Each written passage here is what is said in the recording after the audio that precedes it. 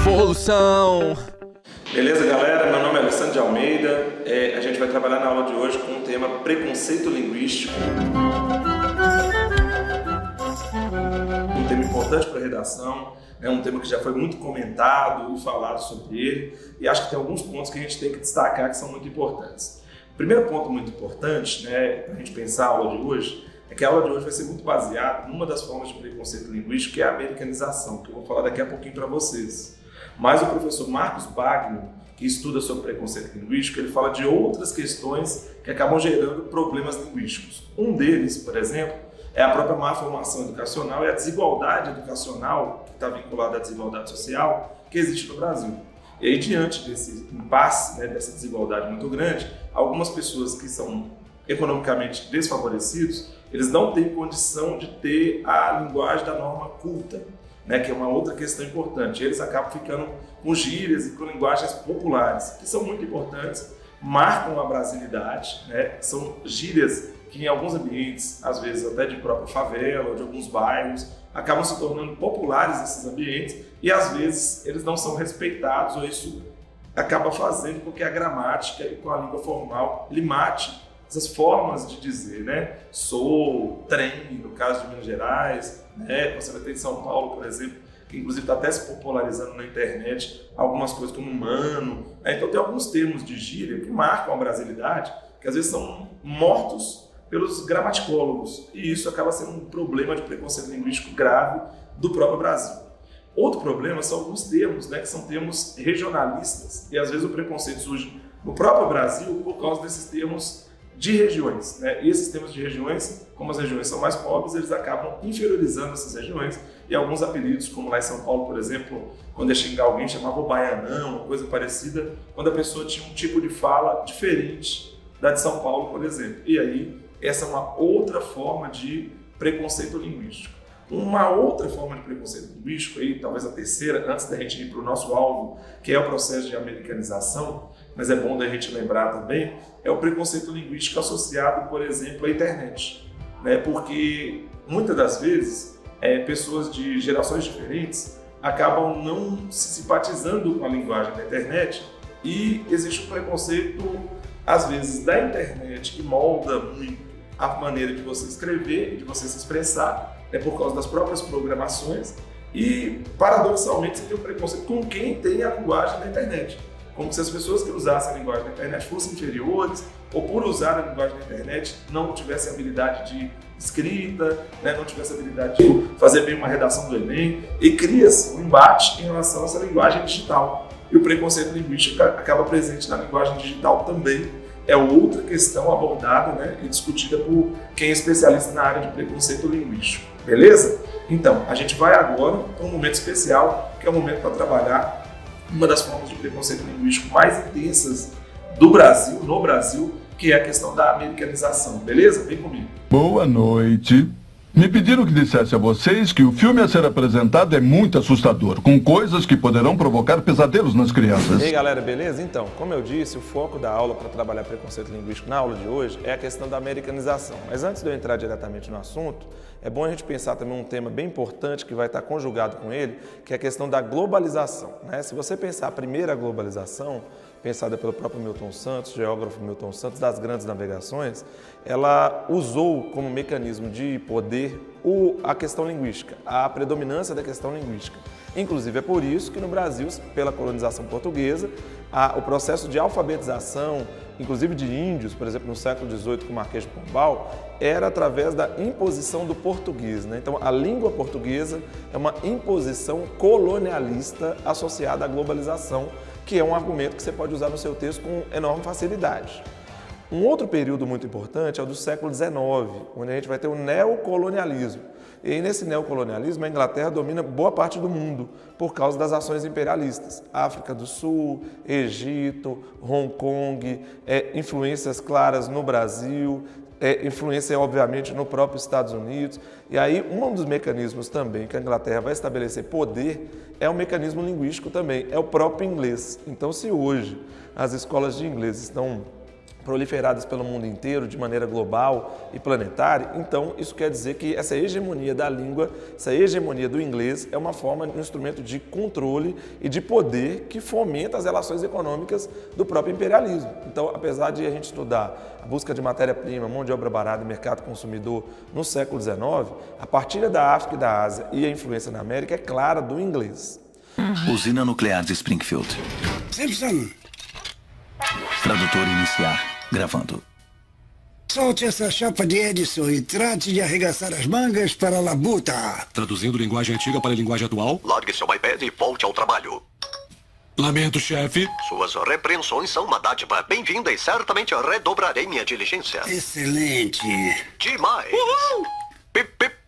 Beleza, mas todavia, o mais importante que você deve ficar atento é que, segundo Nestor Garcia Canclini, né, que é um antropólogo argentino com um pensamento bem interessante, o que existe hoje não é globalização. Para ele, a globalização é algo imaginado, né?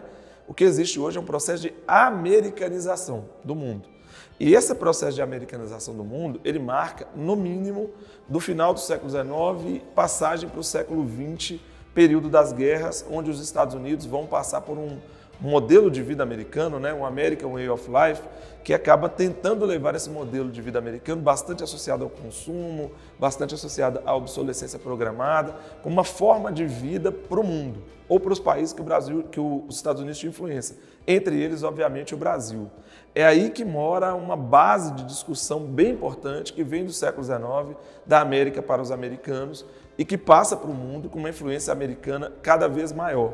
E dentro dessa influência cada vez maior, uma das primeiras questões que se destaca é o próprio Mickey, né? E a própria Disney, né? A Disney e o Walt Disney, contratado pelo vice-presidente dos Estados Unidos, o Rockefeller, ele é contratado para espalhar a ideia da política de boa vizinhança, né, ali de 1941 para 42, e contratado pelo Rockefeller, que era um grande industrial de petróleo, ele investe nos meios de comunicação sabendo que o quadrinho, e sabendo que naquele tempo o cinema, nos anos 40, era um instrumento de poder, talvez, como diria Humberto Eco, mais forte do que as bombas de Hiroshima e Nagasaki. Então, aí você tem um processo de americanização forte da passagem da Segunda Guerra Mundial e que se fica ainda mais forte na Guerra Fria. E um outro exemplo desse processo de americanização, né, dessa indústria cultural discutida por Adorno, Horkheimer, Walter Benjamin, é o próprio desenho que eu estudo, né? Eu, na verdade, fiz um doutorado nos Simpsons, né? Então minha especialização é exatamente nessa questão. E o desenho que eu estudo, o Dó, do Homer, ou alguns trejeitos e algumas falas dos próprios personagens, se espalham pelo mundo dentro do processo de americanização com os Simpsons.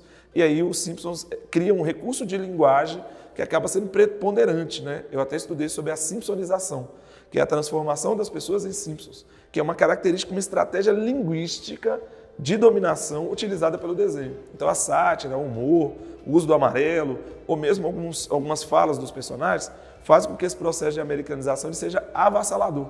E ele chegue no Brasil de forma muito forte, onde o sonho das pessoas é ir para a Disney, o sonho das pessoas e o gosto das pessoas está associado aos Simpsons, aparece um elemento associado ao Homer, você já sabe que é associado à cerveja, e aí alguns termos, que são termos americanizados, vão se sobrepondo a termos que são termos nacionais, né? E nesse quesito, a melhor autoridade para ser citada, além do Marcos Bagno, que eu citei, que ele fala desse processo de americanização, de colonização, né? Que o Brasil vive em várias vias, Portugal, Inglaterra e século XX e XXI, Estados Unidos, ele mesmo coloca, né, ou deixa margem para que a gente discuta um outro grande pensador brasileiro, infelizmente falecido há pouco tempo, que é o Ariano Suassuna.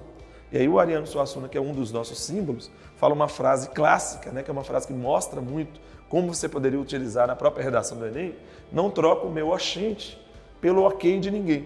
O próprio Ariano Suassuna fala que o oxente, né, bem regional, bem nordestino, bem brasileiro e bem regionalista, né, como o próprio Gilberto Freire também já estudou no Manifesto Regionalista, não deve ser trocado pelo ok.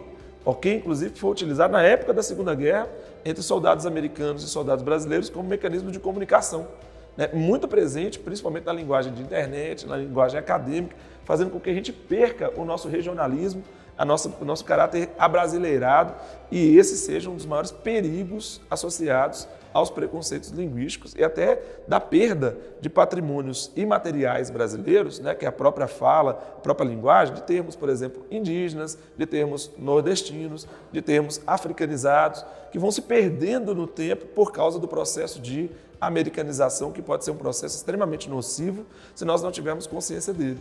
Esse é um ponto decisivo que você pode utilizar na sua redação, inclusive usando o não troca o meu oxente pelo ok de ninguém.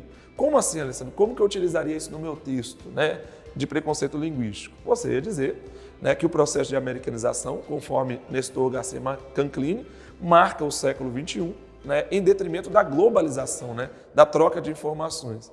E que a partir desse ponto de vista, o Ariano Suassuna destaca que não troca o meu oxente pelo ok de ninguém, mostrando que a linguagem regional pode ser suplantada pelo processo de americanização e pela linguagem americanizada, tornando assim um preconceito contra as línguas regionais e com as características plurais que o Brasil tem. Você colocaria então, logo, né, e defenderia a tese, que é preciso rever e valorizar a própria cultura brasileira e o próprio regionalismo brasileiro como algo que é uma preservação de um patrimônio imaterial, é a preservação de um patrimônio linguístico do Brasil. Essa é uma questão muito importante para o Enem, porque se você for pensar, veja que eu usei em alguns momentos patrimônio imaterial, veja que eu usei em outros momentos preconceito linguístico, veja que eu usei em outros momentos o próprio processo de americanização. Isso pode nortear vários temas. O tema da redação pode ser sobre patrimônio, e você vai usar essa questão linguística. O tema da redação pode ser sobre regionalismos e valorização do regionalismo, você vai usar essa questão linguística. O tema da redação pode ser vários, mas você, por vários temas, você pode usar o processo de americanização como base teórica, conceitual, de repertório, para você conseguir desenvolver a sua questão no Enem. Observe na nossa imagem aqui que você tem o Ariano Suassuna, né, pensando literalmente fora dos colchetes, né, pensando de forma diferenciada, e é um brasileiro. E você tem vários elementos, né, que são elementos simbólicos aqui do lado de cá, onde foi colocado aqui o sim, né, pintado aqui em nossas paredes. São elementos regionais, da cultura regional, do cordel, são elementos muito importantes para a própria história do Brasil e para a ideia de brasilidade, né? Vale você lembrar que até a Rede Globo retratou, e a telenovela é uma marca, é um patrimônio do Brasil, a Rede Globo retratou no Cordel Encantado vários desses elementos, né, que são ressignificados, né? O próprio Alto da Compadecida saiu dos livros e foi para o cinema e foi um sucesso absoluto, com Chicó, João Grilo, diga sim, né, se fosse na opinião de Suassuna, a essas questões aqui que fazem parte também de questões da linguagem brasileira, né, da forma de se expressar brasileira, do qual o cordel é um expoente. Por outro lado, o próprio Suassuna aqui vai destacar, né, dentro dessa perspectiva, né, e é uma brincadeira nossa, há elementos que são elementos da cultura americana que também estão presentes no Brasil e que podem ser nocivos se você não tiver consciência. Obviamente que, com consciência, você pode também não estabelecer um preconceito, né, em relação a esse processo de americanização, mas entendê-lo, entender como que esse mecanismo é uma forma de você ganhar dinheiro. Hoje em dia, no próprio Estados Unidos mesmo, muita gente ganha dinheiro levando a cultura nordestina para os Estados Unidos. E isso é extremamente valorizado e é uma riqueza muito grande. Então, a riqueza muito grande não está só na Disney. A riqueza muito grande talvez está em Lampião.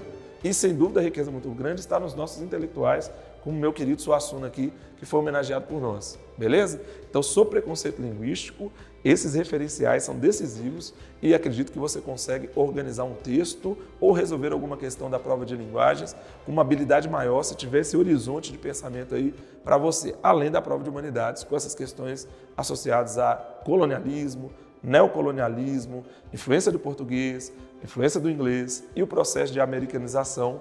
E segundo Canclini, Nestor Garcia Canclini, não é globalização, porque globalizar é como nós fizemos aqui. É brincar com a cultura brasileira, associada também com a cultura americana. É globalizar, é troca de culturas e não americanizar. O processo de americanização, que é tenso, de globalização, de intercâmbio de culturas, ele é algo que pode ser muito interessante e ainda é algo que nós devemos alcançar. Beleza? Sobre preconceito linguístico, essa foi a aula ali, ou a exposição para vocês. Espero que eu ajude vocês aí. Forte abraço. Eu vou ficar em casa e falar com os caras no mall pelo Skype. Como é que vai, Homer? Mas que droga esse Wi-Fi do Flanders? Não foi falha da internet, é minha paralisia facial voltando. Isso não é fácil, mas eu tento me manter positiva.